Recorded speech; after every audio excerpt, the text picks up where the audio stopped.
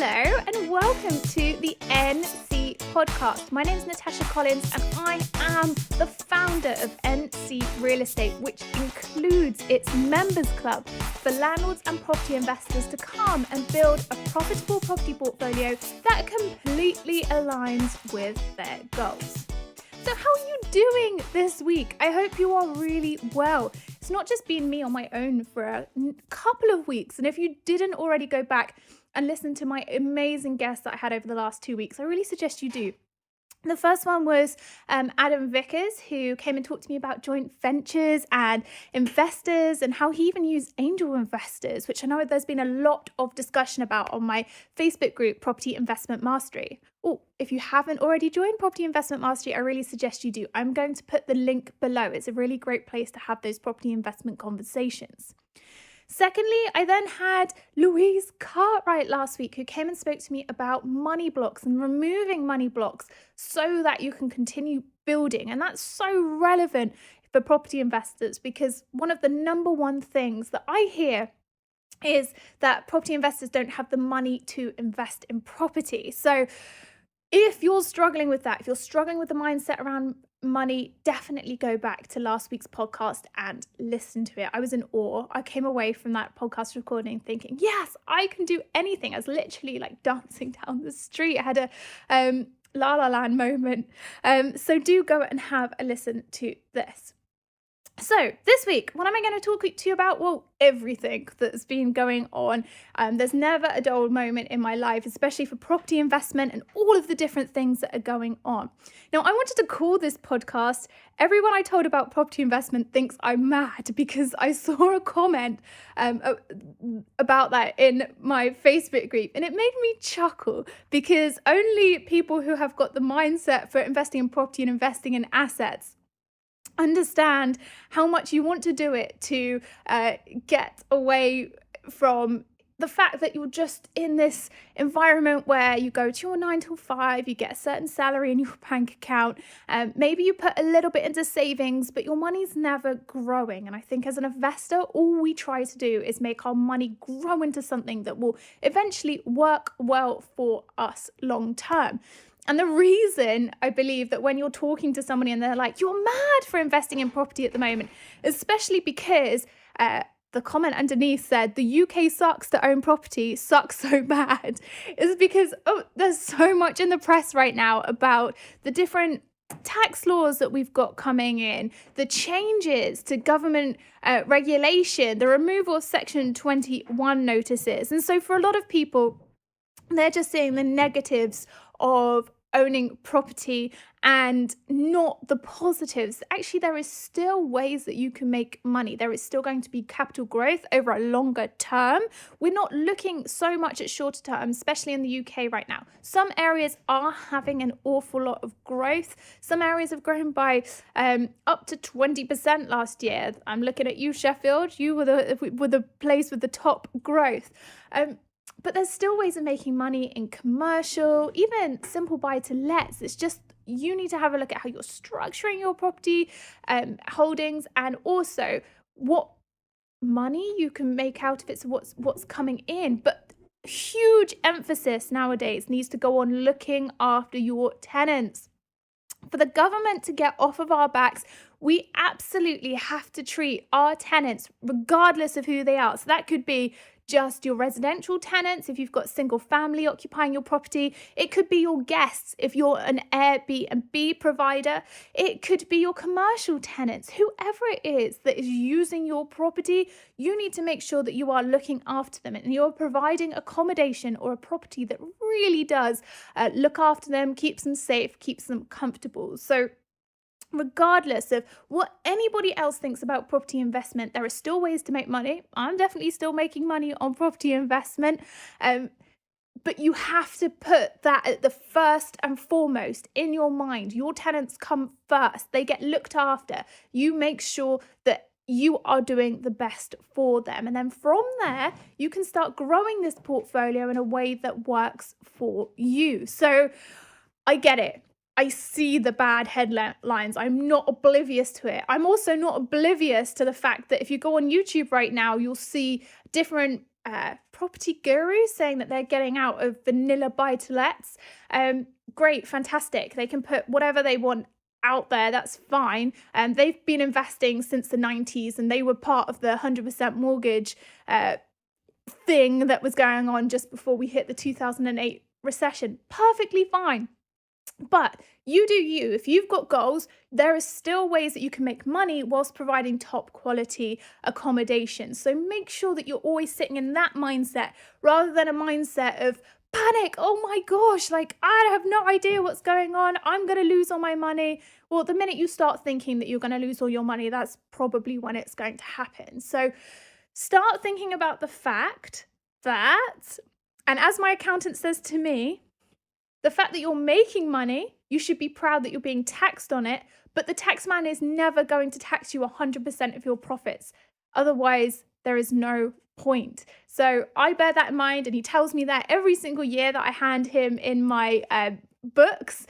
And he always says to me, Natasha, stop panicking about it. There's no way that you're being taxed at 100% here. Not all of your profit is going to HMRC. So I want to pass on that sentiment that even sometimes my mindset gets thrown off with it, but still I believe and I see, because my accounts show a profit, unless I've done huge amounts of maintenance or redevelopment one year, that property investment is still viable. And you need to start looking at what your goals are and what you need to change in order to make it still a viable proposition for you. So that's kind of my tip of advice, but also saying hang in there. Don't listen to the negativity, because the negativity will get you down and make you do something that you really shouldn't be doing. Okay, that being said, what have I been doing? I've had such a busy couple of weeks, as usual. I don't think you expect anything less from me. So the first thing that I've started last week, which is slightly out of my comfort zone, is that I have a new mentor or coach, whatever you like to call them. He's a bit of both. He mentors me because I can get in contact with him and ask questions, but also coaches me in the right direction of things to do for the members club, because I am ready to make that a new, improved and better place. And I've been asking other member club owners what I can do to make it far better, a far more streamlined place, so that when property investors come in, they can just maximize exactly what they're doing immediately. So you can get to from A to B, so where you are now to your goals, in a quicker time frame, because that's what we want to do. And I am so excited for the progress that I've been making already. And I'm excited to launch it again next month. So for those of you who have heard about my members club but are like, Natasha, it's always closed, I can never get in there. 6th of June is the date for your diary, is the date that I am going to be releasing all of the details about the new and improved members club. Honestly, I haven't been this excited about doing something for a while. This was me choosing to make a decision to invest in my business in a way I've been scared to do, I guess. Scared might not be the right word. But for those of you who have followed my newsletter, you'll have known that way back when I started doing NC Real Estate, I hired a coach at the time, and that coach just was not right for me.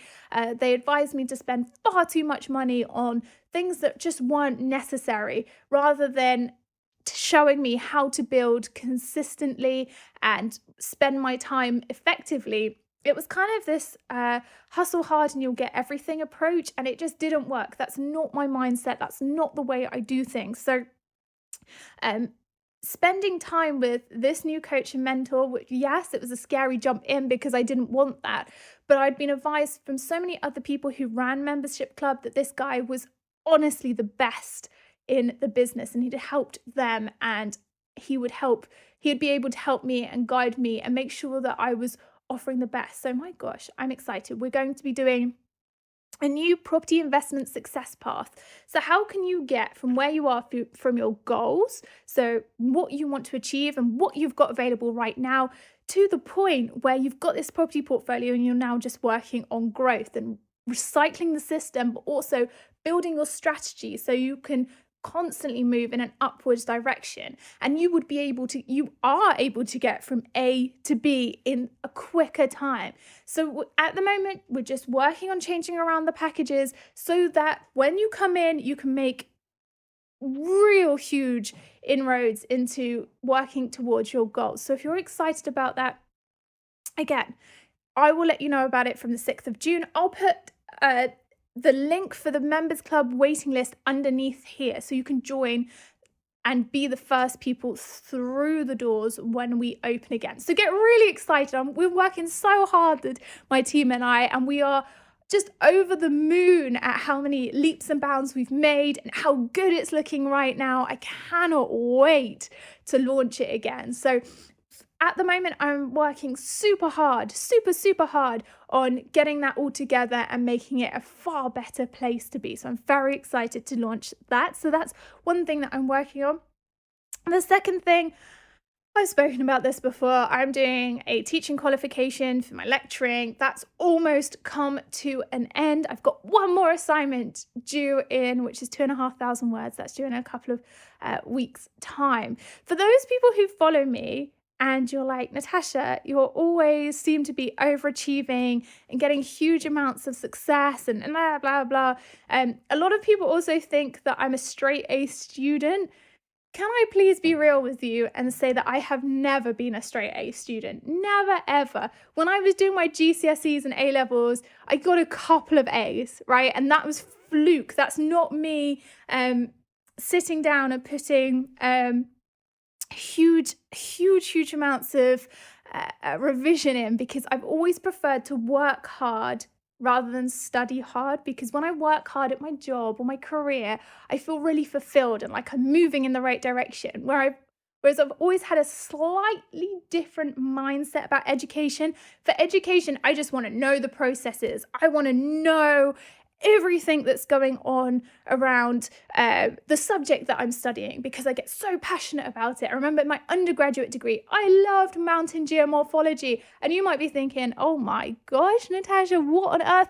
I loved it. Going up into the mountains, tracking the avalanche paths, seeing how far glaciers were moving. I remember one summer I went to Chamonix and Switzerland and was walking up the glaciers, seeing how far that they had moved or changed since I'd last looked at the maps. I absolutely loved it. Was I worried about what mark I was going to get out of it once I submit my assignment? No, as long as I enjoyed the process, I was perfectly happy.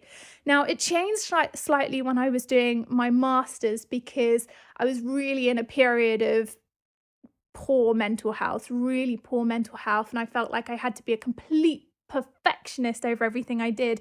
And even though I was trying to make everything perfect, it really didn't go as well as I wanted. I'd never put so much hard work into a master's and came away with a merit rather than a distinction, to which I was disappointed with. But by the end, I was like, you have to get this off my plate, because it's just one step too far. I can't work, do my professional qualification plus do my master's. And I'd had to come to the kind of, I don't know, this frustrating place where I felt like, Natasha, I don't know what's going to happen to you if you continue at this speed or this pretense that you're this perfect person. And the same really, what I've learned from that is that done is always better than perfect.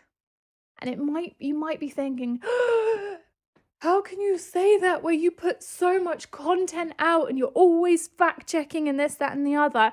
And yeah, I do fact check everything that we put out. And yes, I do make sure that we're always on point with how things look. But hey, life is imperfect. And I've taken that with my teaching qualification, and that done is better than perfect. So whilst last semester I was getting straight distinctions, This semester I'm getting straight merits and I am perfectly happy with it because you know what? My life is full of loads of different projects that I've got going on, and I'm going to continue with that done as better than perfect. And if I come out of it with a merit or even just a pass, it's fine. At least I've done it. I've enjoyed it along the way. Some of it's been really tough, but I've taken things from it that I can give to my students, and they can go from it. And do you know what? It's opened my eyes to the fact that when I'm teaching, because I love teaching, I love being a lecturer, I love sharing my information. As long as you get that enthusiasm for me as a student or one of my clients or somebody that I work with, as long as you get that, you understand the subject, that for me is all I'm about. I just want you to have a complete understanding. I want you to get it. I want you to ask me questions. I want you to make sure that you understand it. For me, that's as far as it needs to go. Now, the assignments and what have you that my master's students, my undergrad students have to hand in, fantastic. I really do want you all to do well. I'm not discrediting that in any way, shape, or form. But what I'm trying to say is, yes, this is how I've lived my life for the last couple of years. I have a lot going on. So done is better than perfect, and taking that pressure off myself has just been such a relief. I cannot tell you. And here's a little thing that I'll let you into. When people ask to see my degree certificates, both of them, no one has ever said to me, "And what did you get?" As long as I didn't fail, nobody cares. No one's asked. I feel like my strongest point is having common sense, being able to be brave and standing up in situations and go, okay, well, I'm going to look at this situation. I'm going to give it my best shot. And if you can start taking that away, it will stop the fear of the fact that you've got to achieve X, Y, and Z, but it will keep you moving forward. And actually, you're saying, oh, wow, I did that. Maybe it didn't look at like how I wanted it to, or maybe someone else has done something so much better, blah, blah, blah. It doesn't matter because you're moving forward and you're doing what you have to do. And also, truth be told, when I was doing my master's, I wasted a lot of time overthinking things. And looking back on it now, I could have spent some more evenings enjoying my life. No regrets, never any regrets.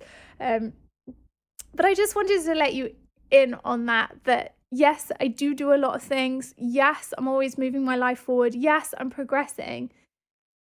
But I don't judge myself based upon the marks that someone else has given me, because ultimately it's a little bit subjective. Someone might, if I get my assignment back, someone might thought it's awesome and the other person might not have thought it's as good.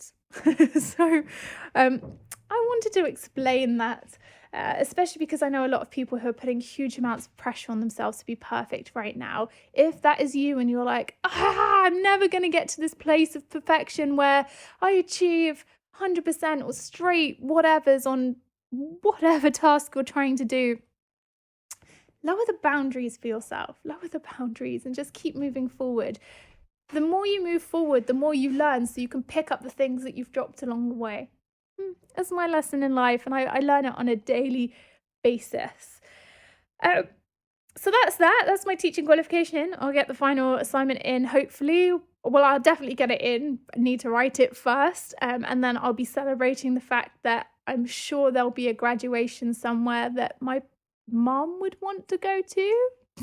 She loves those things. She really enjoys it. She's been to both my undergraduate, my master's one, so I think she's hoping for this one as well. Will I be there to go? I'm not sure, but if I'm around, it's always nice to dust off the old gown and cap and turn up. Well, I don't know. Again, it's not the highlight of my life, but it's exciting nonetheless. What else has happened? My flat that only a couple of weeks ago, I was in London. I went and inspected it because that flat, the tenant is moving out. I put it on the market and it let like flat, which I was so pleased with because it means that I don't have to really think about it.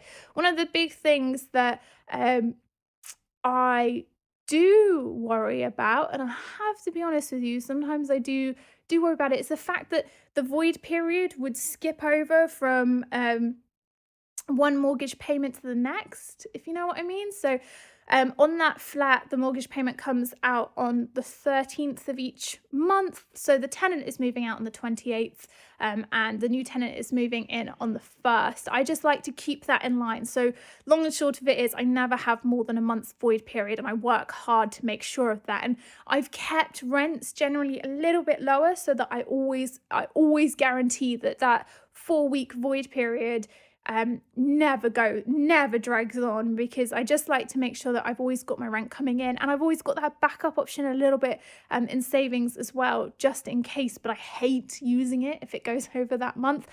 Last year I renovated that flat, and I had 2 months where it was void and I'm paying for renovations, and um it was just because it desperately needed all the floor coming up, doing all the pipe work, putting in new bathroom, new kitchen, changing around the layout of rooms slightly. And so that took that 8 weeks. I would normally never have a property off the market for that long. I would be in there helping out, doing things myself. But unfortunately, at the time, I was I don't know what else I was doing, but there was a reason why I couldn't be there helping. So this year, when the tenant served notice, I was like, we're not having this off the market. We're not having this void for any longer than 4 weeks. So I'm glad I've got, what is it, 3-day void, 2-day void period, fab. 3 days, is it 31 days? Yeah, okay, 2 or 3 day void period. The only thing that I would say is that that is on a let only basis, and the letting agent keeps getting in contact with me and saying, trying to upsell me on things. They're upselling me management, upselling me the fact that they want me to pay £30 plus VAT for holding a deposit when the deposit accounts are free. What else? There was costs for inventory. I'm not cool with that. Anybody listening that's a letting agent, please don't try and upsell when someone signed a contract with you for a certain standard, or a certain job that they want doing. Don't, it really annoys me every time they get in contact with me. Yes, you've done a fantastic job. Thank you for letting it so quickly. That flat always lets within a couple of viewings anyway. Thanks for getting a higher rent for me. Brilliant. Don't come at me with your increased sales pitch. I'm really not interested. Especially because they always try and make out like, oh, well, this is wrong and this is wrong. And so if we were managing it, we'd be able to do this and this. And the thing is that it's not wrong. They were telling me about my energy efficiency certificate and the fact that I needed to be more aware of the impact of the windows on the flat. Now, this is a top floor walk up, right? We can only get a scaffold to go up and change the windows every 5 to 10 years, whenever the managing agents are doing an externals project. That externals project is actually coming up in July. So we'll change the windows then. I don't necessarily need it done right now. They're telling me that as a property manager, they would be in there, they'd be doing it, they'd make sure it's happening. Chill, guys. It's happening. I know it's happening. So from that point of view, it's been a relatively smooth process. I'm excited we've got a new tenant. Tenant sounds lovely. But again, the upsell has just been frustrating. I don't like having that in my inbox.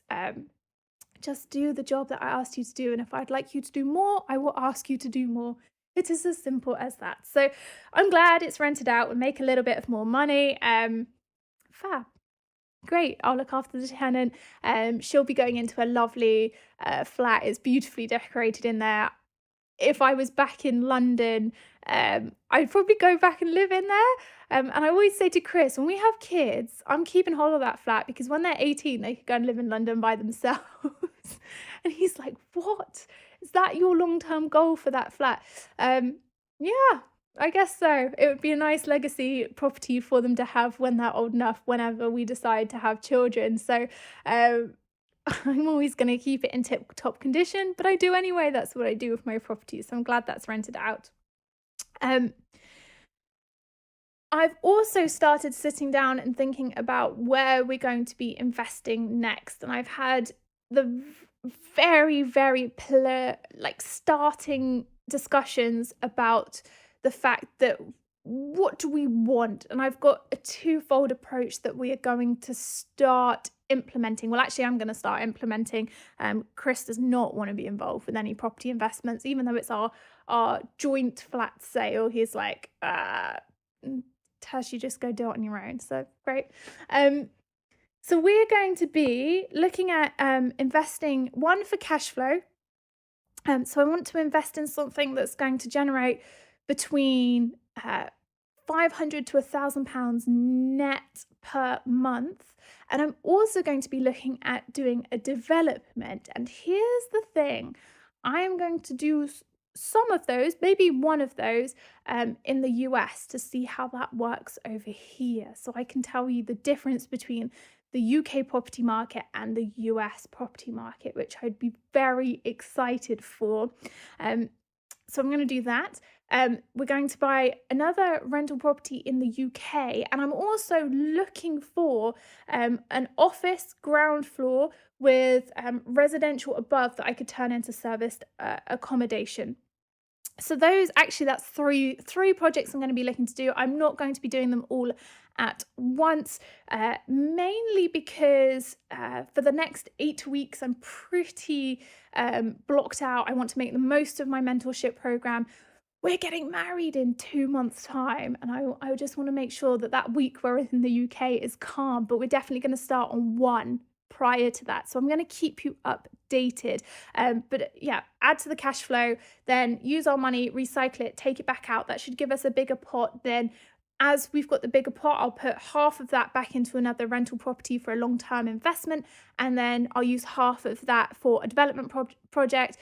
Again, go through the cycle, buy something, do it up, sell it, use that money, and keep splitting it in half. That's a long-term goal for me, but I also like having projects that I can just rent out and they can sit there. I don't necessarily need to do a redevelopment project, which brings me nicely on to the World Built Environment Forum and where I got some of these ideas from. I was at the World Built Environment Forum on Monday, which really interesting. I find it incredibly interesting, and I've got a couple of guests coming on next week who we should probably talk more about that because they were there with me.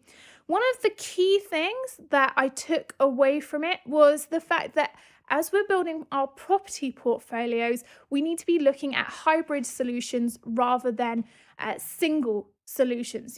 So if you've got an office space, for example, you need to be able to change around that office space so that every time trends change and different needs for office space change, you're able to adapt pretty quickly.